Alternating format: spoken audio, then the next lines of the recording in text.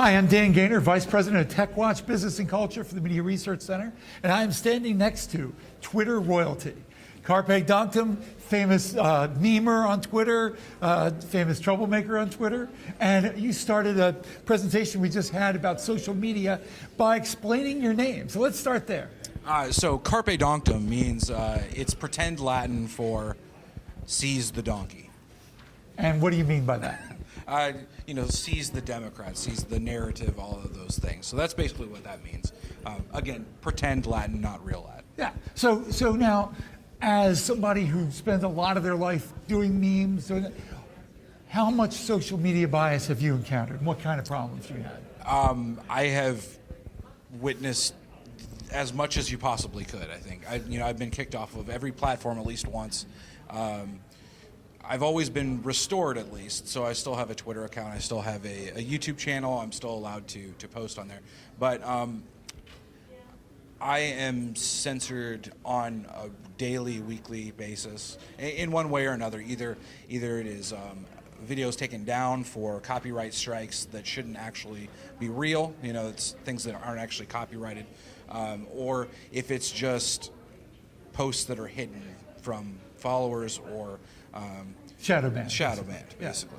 Yeah. So one of the problems that I think we encounter a lot, you got to it, is the use of copyright strikes as a way of targeting people. The left has figured out the game of Twitter, Facebook, all of the alert mechanisms, and they abuse them, and these companies, of course, don't change the rules. Conservatives who don't want to silence content don't do that, and the left does. So, have you encountered is one of the platforms better for the policies and one of them worse, or?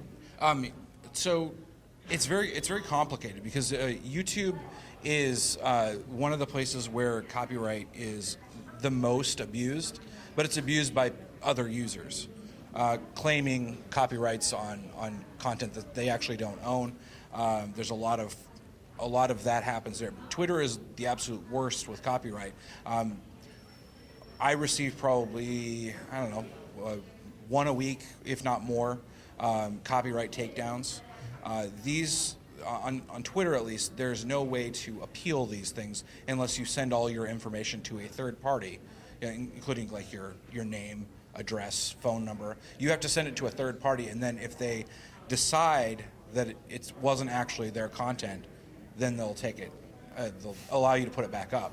So there's no official appeals process. You have to appeal to a hostile third party that's already taken your content down. YouTube does a decent job of allowing you to keep up content that you don't own, but they steal all of your ad revenue, and they don't split it. So if you post something and it's a 10-minute video and 30 seconds of it is a song, they get to keep all of the video. So it discourages content creators. Okay, so other than copyright, have you encountered some of the blasphemy takedowns? I got an allegation of hate speech from the UK one night.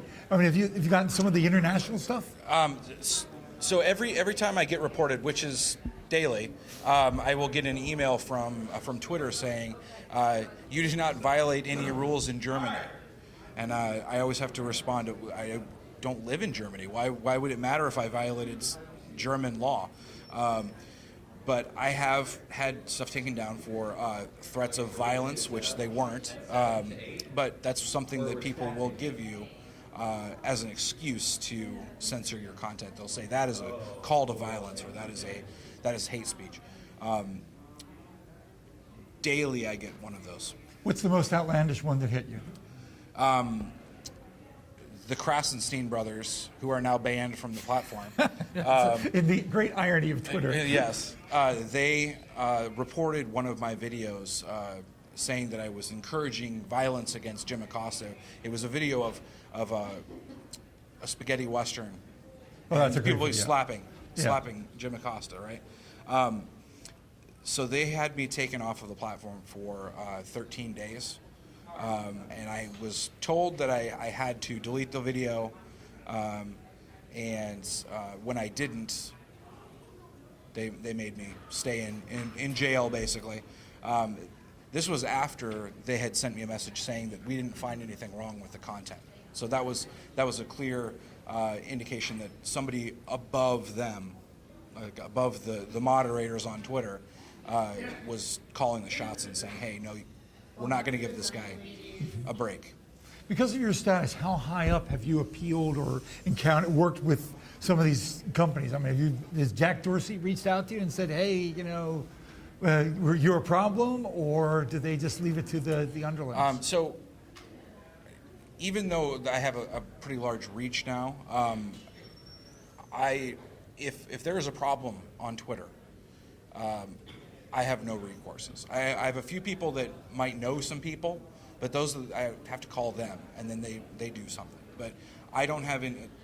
I'm not given any special access or anything like that.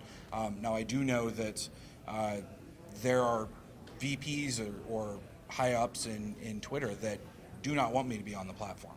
And no uncertain terms, they do not want me to be on it. Twitter trust and safety is neither trustful or safety. Well, and on YouTube as well, there was a whistleblower about 9 months ago that talked to James O'Keefe, and I was one of 3 accounts that they named as being censored on purpose on YouTube. So if I made you king of the internet tomorrow, and you could fix what's wrong with social media right now, what do you think has to be done? What I would say needs to be done is that it needs to be there needs to be a ruling basically that you cannot censor lawful speech. If it's lawful to say in the public square, it's lawful to say online, and you have to enforce your rules fairly. Those are the two things that I think are the biggest problem with social media is unfair enforcement and banning people for things that are lawful to say. So that goes back to their community standards and their hate speech rules when hate speech is a bogus concept. Right. Yeah. Okay. What is your favorite thing about social media? Connecting with everybody.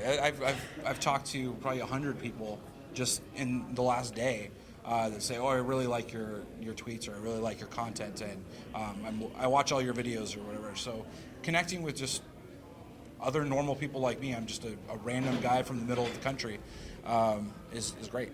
So this is an election year. Do you have anything special planned for election memes, shall we say? I'll just say this. I don't plan much further than a couple days in advance. You know, the world is always changing. What is happening is always changing. What's going to be funny today might not be funny tomorrow. So I try not to go too far into the future and just stay sort of in the moment. What's going on now? How can we spin it? All that kind of stuff. So what makes a great meme, and how come conservatives seem to meme better than liberals? Well, what makes a good meme is just something that's funny, and the left can't do it because they're so angry all the time.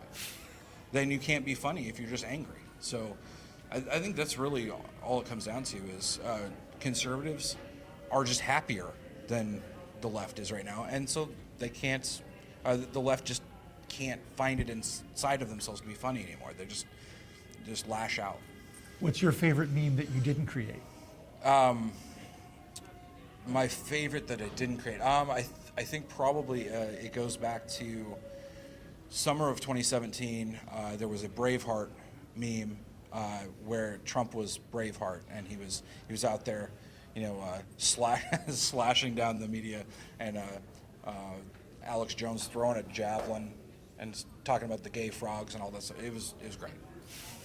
And what's your favorite one that you did? I don't know. I think really the State of the Union ones that I've done is sort of my favorite.